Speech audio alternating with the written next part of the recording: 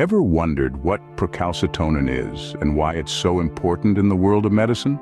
Well, it's a peptide precursor of the hormone calcitonin, which is involved with calcium homeostasis. It comes into being when pre-procalcitonin is cleaved by endopeptidase. Leonard J. Deftos and Bernard A. Roos first identified procalcitonin in the 1970s. This peptide is composed of 116 amino acids and is produced by parafollicular cells of the thyroid, as well as by the neuroendocrine cells of the lung and the intestine. In healthy individuals, the level of procalcitonin in the bloodstream is below the limit of detection of clinical assays. However, this changes dramatically in response to a pro-inflammatory stimulus, especially of bacterial origin. For this reason, procalcitonin often finds itself classified as an acute phase reactant. The induction period for procalcitonin ranges from 4 to 12 hours, with a half-life spanning anywhere from 22 to 35 hours. Interestingly, procalcitonin does not rise significantly with viral or non-infectious inflammations. This is because one of the cellular responses to a viral infection is to produce interferon gamma, which inhibits the initial formation of procalcitonin.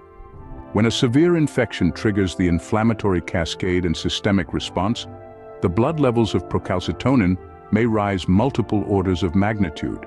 The higher the levels, the more severe the disease. However, the high procalcitonin levels produced during infections are not followed by a parallel increase in calcitonin or a decrease in serum calcium levels. Procalcitonin is a member of the calcitonin superfamily of peptides. Its structure can be divided into 3 sections: amino terminus, immature calcitonin, and calcitonin carboxyl terminus peptide 1. In a healthy individual, procalcitonin in endocrine cells is produced by calci-1 due to elevated calcium levels, glucocorticoids, CGRP, glucagon, or gastrin. It is then cleaved to form CT, which is released to the blood. However, in a microbial infected individual, non-neuroendocrine tissue also secretes procalcitonin by expression of calc-1.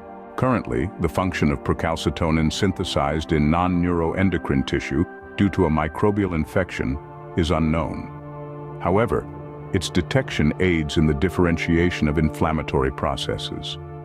Studies have shown that procalcitonin has the greatest sensitivity and specificity for differentiating patients with systemic inflammatory response syndrome from those with sepsis, when compared with IL-2 Illinois, 6 Illinois, 8 CRP, and TNF-alpha.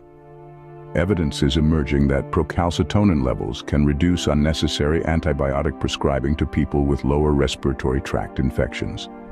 Today, procalcitonin assays are widely used in the clinical environment. In summary, procalcitonin, first identified in the 1970s, is a peptide that plays a crucial role in our body's response to bacterial infections. It aids in the differentiation of inflammatory processes and can help reduce unnecessary antibiotic prescribing. Despite the unknown function of procalcitonin synthesized in non-neuroendocrine tissue, its importance in the medical field is undeniable.